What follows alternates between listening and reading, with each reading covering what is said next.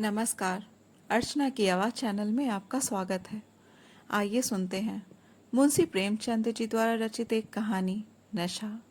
ईश्वरी एक बड़े जमींदार का लड़का था और मैं एक गरीब का लड़का, जिसके पास मेहनत मजदूरी के सिवा और कोई जायदाद न थी। हम दोनों में परस्पर बहसें होती रहती थीं। मैं जमींदारी की बुराई करता, उन्हें हिंसक पशु और खून चूसने वाले जोक और वृक्षों की चोटी पर फूलने वाला बंजा कहता। वो जमींदारों का पक्ष लेता, पर स्वभावतः उसका पहलू कुछ कमजोर होता था, क्योंकि उसके पास जमींदारों के अनुकूल कोई दलील न थी। वह कहता कि सभी मनुष्य बराबर नहीं होते, छोटे बड़े हमेशा होते रहते हैं और होते रहेंगे। लचर दलील थी। किसी मनुष्य या नैतिक नियम से इस व्यवस्था का औचित्य सिद्ध करना कठिन था। मैं इस वाद विवाद की गर्मी गर्मी में अक्सर तेज हो जाता और लगने वाली बात कह जाता, लेकिन ईश्वरी हार कर भी मुस्कुराता रहता था। मैंने उसे कभी गर्म होते नहीं देखा। शायद इसका कारण यह था कि वह अपने पक्ष की कमजोरी समझता था। नौकरों से वो सीधे मुंह बात नहीं करता था। अमीरों में जो एक बेदर्दी और उदंडता होती है, इसमें उसे भी प्रचुर भाग मिला था। नौकर ने बिस्तर लगाने में जरा भी देर की, दूध जरूरत से ज्यादा गर्म या ठंडा हुआ, साइकिल अच्छी तरह साफ नहीं हुई तो वह आपे से बाहर हो जाता। सुस्ती या बदतमीजी उसे जरा भी बर्दाश्त न थी, पर दोस्तों से और विशेषकर मुझसे उसका व्यवहार सौहार्द और नम्रता से भरा हुआ होता था। शायद उसकी जगह मैं होता तो मुझ में भी वही कठोरताएं पैदा हो जाती जो उसमें थीं, क्योंकि मेरा लोक प्रेम सिद्धांतों पर नहीं, निजी दशाओं पर टिका हुआ था। लेकिन वह मेरी जगह होकर भी शायद अमीर ही रहता, क्योंकि वह प्रकृति से ही विलासी और ऐश्वर्य प्रिय था। अब की दशहरे की छुट्टियों में मैंने निश्चय किया कि घर ना जाऊंगा। मेरे पास किराए के लिए रुपए ना थे और ना घर वालों को तकलीफ देना चाहता था। मैं जानता हूँ वे मुझे जो कुछ देते हैं वह उनकी हैसियत से बहुत ज्यादा है। उसके साथ ही परीक्षा का ख्याल था। अभी बहुत कुछ पढ़ना है। बोर्डिंग हाउस में भूत की तरह अकेले पड़े रहने को भी जीना चाहता था। इसलिए जब ईश्वरी ने मुझे अपने घर का न्योता दिया तो मैं बिना आग्रह के राजी हो गया। ईश्वरी के साथ परीक्षा की तैयारी खूब हो जाएगी। वो अमीर होकर भी मेहनती और जहीन है, उसने इसके साथ ही कहा। लेकिन भाई, एक बात का ख्याल रखना, वहां अगर जमींदारों की निंदा की तो मुआमिला बिगड़ जाएगा और मेरे घर वालों को बुरा लगेगा। वह लोग तो असमियों पर इसी दावे से शासन करते हैं कि ईश्वर ने असमियों को उनकी सेवा के लिए ही पैदा किया है। असामी भी यही समझता है। अगर उसे सुझा दिया जाए कि जमींदार और असामी में कोई मौलिक भेद नहीं है तो जमींदारी का कहीं पता न लगे। मैंने कहा, तो क्या तुम समझते हो कि मैं वहां जाकर कुछ और हो जाऊंगा? हाँ, मैं तो यही समझता हूँ। तुम गलत समझते हो। ईश्वरी ने इसका कोई जवाब ना दिया। कदाचित उसने इस मामले को मेरे विवेक पर छोड़ दिया और बहुत अच्छा किया। अगर वो अपनी बात पर अड़ता तो मैं भी जिद पकड़ लेता। सेकंड क्लास तो क्या, मैंने कभी इंटर क्लास में भी सफर ना किया था। अब की सेकंड क्लास में सफर का सौभाग्य प्राप्त हुआ। गाड़ी तो 9 बजे रात को आती थी, पर यात्रा के हर्ष में हम शाम को स्टेशन जा पहुंचे। कुछ देर इधर उधर सैर करने के बाद रिफ्रेशमेंट रूम में जाकर हम लोगों ने भोजन किया। मेरी वेशभूषा और रंग ढंग से पारखी खानसामों को यह पहचानने में देर न लगी कि मालिक कौन है और पिछलग्गू कौन। लेकिन न जाने क्यों मुझे उनकी गुस्ताखी बुरी लग रही थी। पैसे ईश्वरी की जेब से गए। शायद मेरे पिता को जो वेतन मिलता है उससे ज्यादा इन खानसामों को इनाम इकराम में मिल जाता हो। एक अठन्नी तो चलते समय ईश्वरी ने यूं ही दे दी। फिर भी मैं उन सबों से उसी तत्परता और विनय की अपेक्षा करता था जिससे वे ईश्वरी की सेवा कर रहे थे। ईश्वरी के हुक्म पर सब के सब दौड़ते हैं, लेकिन मैं कोई चीज मांगता हूँ तो उतना उत्साह नहीं दिखाते। मुझे भोजन में कुछ स्वाद न मिला। यह भेद मेरे ध्यान को संपूर्ण रूप से अपनी ओर खींचे हुए था। गाड़ी आई, हम दोनों सवार हुए। खान सामो ने ईश्वरी को सलाम किया, मेरी ओर देखा भी नहीं। ईश्वरी ने कहा, कितने तमीजदार हैं ये सब, एक हमारे नौकर हैं कि कोई काम करने का ढंग नहीं। मैंने खट्टे मन से कहा, इसी तरह अगर तुम अपने नौकर को भी 8 आने रोज इनाम दिया करो तो शायद इनसे ज्यादा तमीजदार हो जाएं। तो क्या तुम समझते हो यह सब केवल इनाम के लालच में इतना अदब करते हैं? जी नहीं, कदापि नहीं। तमीज और अदब तो इनके रक्त में मिल गया है। गाड़ी चली, डाक थी। प्रयाग से चली तो प्रतापगढ़ जाकर रुकी। एक आदमी ने हमारा कमरा खोला। मैं तुरंत चिल्ला उठा, दूसरा दर्जा है, सेकंड क्लास है। उस मुसाफिर ने डिब्बे के अंदर जाकर मेरी ओर एक विचित्र उपेक्षा की दृष्टि से देखकर कहा, जी हाँ, सेवक इतना समझता है, और बीच वाले बर्थ पर बैठ गया। मुझे कितनी लज्जा आई, कह नहीं सकता। भोर होते होते हम लोग मुरादाबाद पहुंचे। स्टेशन पर कई आदमी हमारा स्वागत करने के लिए खड़े थे। 2 भद्र पुरुष थे, 5 बेगार। बेगारों ने हमारा लगेज उठाया। दोनों भद्र पुरुष पीछे पीछे चले। एक मुसलमान था, रियासत अली। दूसरा ब्राह्मण था, राम हड़क।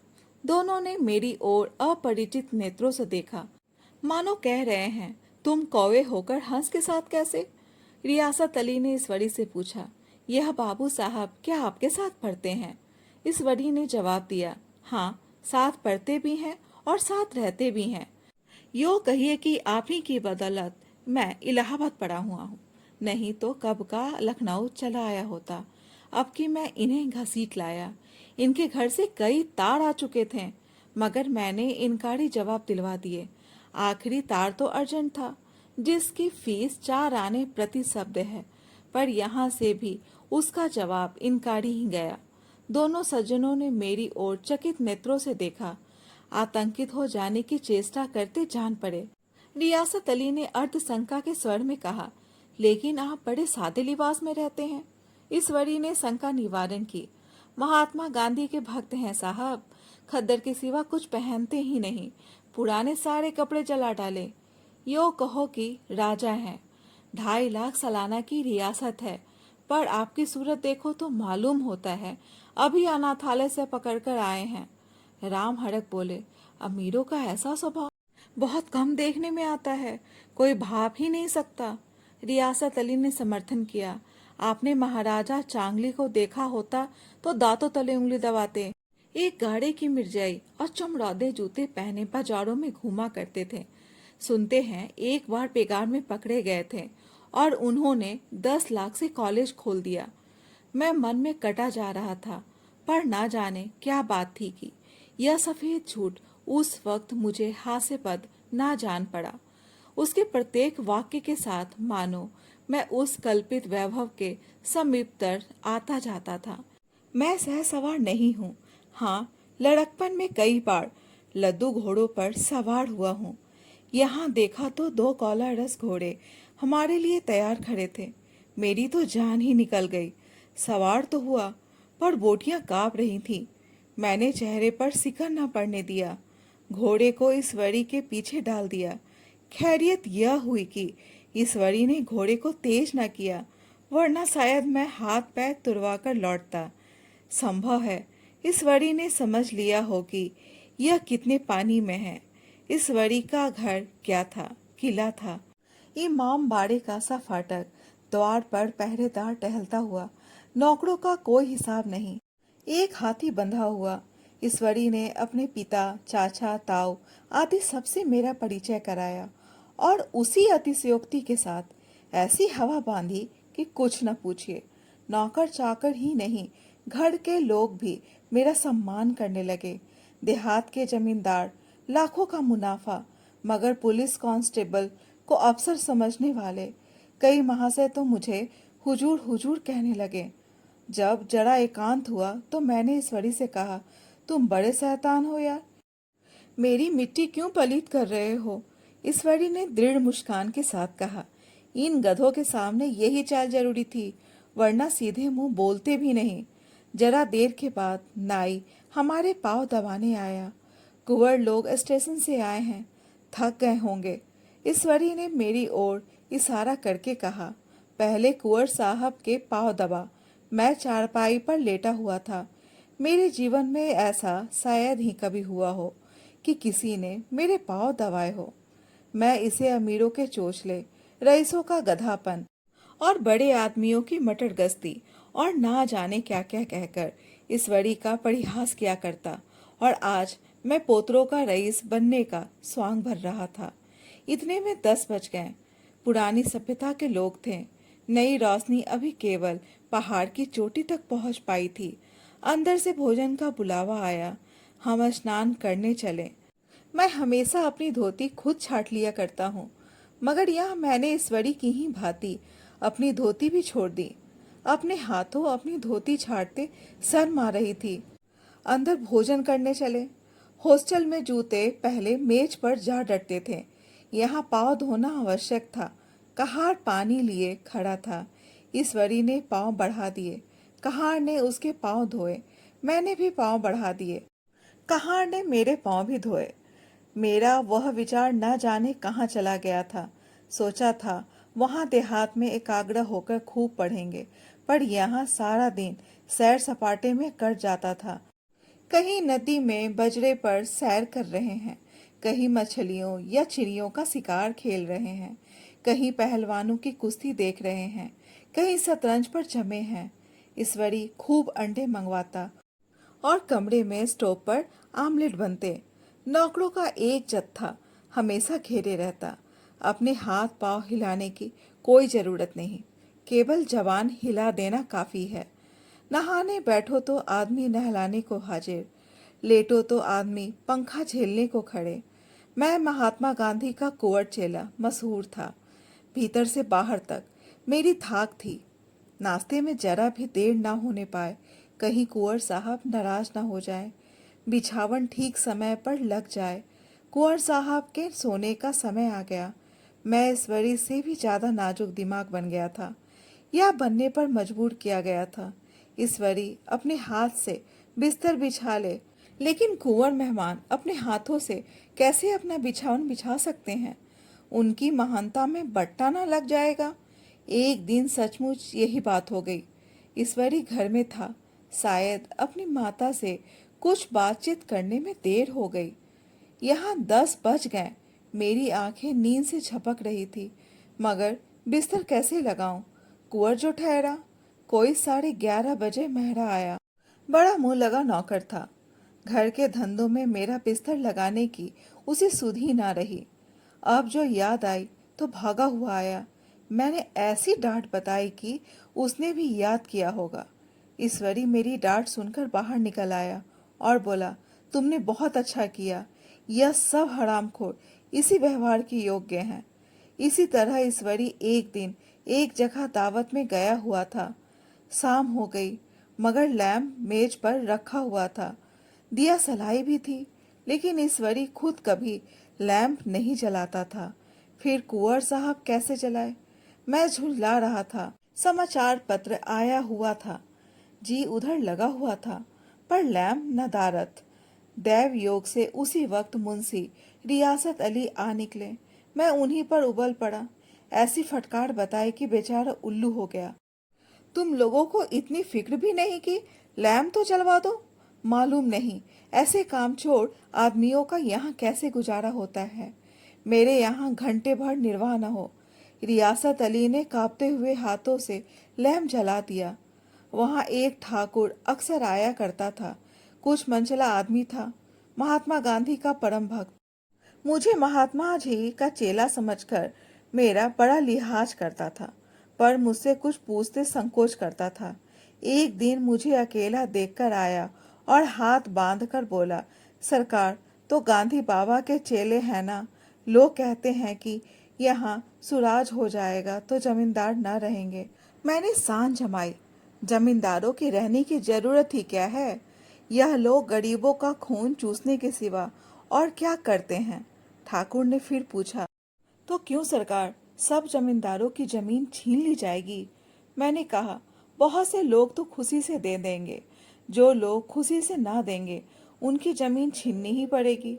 हम लोग तो तैयार बैठे हुए हैं, जो ही स्वराज हुआ अपने इलाके असमियों के नाम लिखा देंगे। मैं कुर्सी पर पांव लटकाए बैठा था। ठाकुर मेरे पांव दबाने लगा, फिर बोला, आजकल जमींदार लोग बड़ा जुल्म करते हैं सरकार। हमें भी हुजूर अपने इलाके में थोड़ी सी जमीन दे दें तो चलकर वहीं आपकी सेवा में रहें। मैंने कहा, अभी तो मेरा कोई अख्तियार नहीं है भाई, लेकिन जो ही अख्तियार मिला मैं सबसे पहले तुम्हें बुलाऊंगा। तुम्हें मोटर ड्राइवरी सिखाकर अपना ड्राइवर बना लूंगा। सुना, उस दिन ठाकुर ने खूब भंग पी और अपनी स्त्री को खूब पीटा और गांव के महाजन से लड़ने पर तैयार हो गया। छुट्टी इस तरह तमाम हुई और हम फिर प्रयाग चले। गांव के बहुत से लोग हम लोगों को पहुंचाने आए। ठाकुर तो हमारे साथ स्टेशन तक आया। मैंने भी अपना पार्ट खूब सफाई से खेला और अपनी कुब्रोचित विनय और देवत्व की मुहर हर एक हृदय पर लगा दी। जी तो चाहता था हर एक नौकर को अच्छा इनाम दूं, लेकिन वो सामर्थ्य कहाँ थी। वापसी टिकट था ही, केवल गाड़ी में बैठना था, पर गाड़ी आई तो ठसाठस भरी हुई।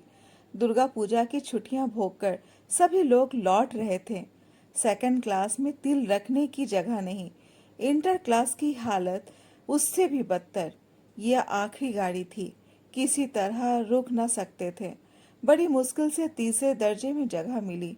हमारे ऐश्वर्य ने वहां अपना रंग जमा लिया, मगर मुझे उसमें बैठना बूढ़ा लग रहा था। आए थे आराम से लेटे लेटे, जा रहे थे सिकड़े हुए। पहलू बदलने की भी जगह न थी। कई आदमी पढ़े लिखे भी थे। वे आपस में अंग्रेजी राज की तारीफ करते जा रहे थे। एक महाशय बोले, ऐसा न्याय तो किसी राज्य में नहीं देखा। छोटे बड़े सब बराबर। राजा भी किसी पर अन्याय करे तो अदालत उसकी गर्दन दबा देती है। दूसरे सज्जन ने समर्थन किया, अरे साहब, आप खुद बादशाह पर दावा कर सकते हैं। अदालत में बादशाह पर डिग्री हो जाती है। एक आदमी जिसकी पीठ पर बड़ा गट्ठर बंधा था, कलकत्ते जा रहा था। कहीं गठरी रखने की जगह ना मिलती थी, पीठ पर ही बांधे हुए था। इससे बेचैन होकर बार बार द्वार पर खड़ा हो जाता। मैं द्वार के पास ही बैठा हुआ था। उसका बार बार आकर मेरे मुंह को अपनी गठरी से रगड़ना मुझे बहुत बुरा लग रहा था। एक तो हवा यूं ही कम थी, दूसरे उस गवार का आकर मेरे मुंह पर खड़ा हो जाना मानो मेरा गला दबाना था। मैं कुछ देर तक जब्त किए बैठा रहा। एकाएक मुझे क्रोध आ गया। मैंने उसे पकड़कर पीछे ठेल दिया और दो तमाचे जोर जोर से लगाए। उसने आंखें निकालकर कहा, क्यों मारते हो बाबूजी? हमने भी किराया दिया है। मैंने उठकर दो तीन तमाचे और झड़ दिए। गाड़ी में तूफान आ गया। चारों ओर से मुझ पर बौछार पड़ने लगी। अगर इतने नाजुक मिजाज हो तो अव्वल दर्जे में क्यों नहीं बैठे? कोई बड़ा आदमी होगा तो अपने घर का होगा। मुझे इस तरह से मारता तो दिखा देता। क्या कसूर किया था बेचारे ने? गाड़ी में सांस लेने की जगह नहीं, खिड़की पर जरा सांस लेने खड़ा हो गया तो उस पर इतना क्रोध? अमीर होकर क्या आदमी अपनी इंसानियत बिल्कुल खो देता है? यह भी अंग्रेजी राज है साहब, जिसका आप बखान कर रहे थे। एक ग्रामीण बोला, दफ्तरन माँ घुसन तो पावत नहीं, उस पर इतना मिजाज? ईश्वरी ने अंग्रेजी में कहा, what an idiot you are Veer. और मेरा नशा अब कुछ कुछ उतरता हुआ मालूम होता था। दोस्तों, ये कहानी कैसी लगी? कमेंट बॉक्स में अपने विचार जरूर बताएं। और अगर कहानी अच्छी लगी हो तो कहानी को लाइक, शेयर और चैनल को सब्सक्राइब करना बिल्कुल ना भूलें। कहानी सुनने के लिए धन्यवाद।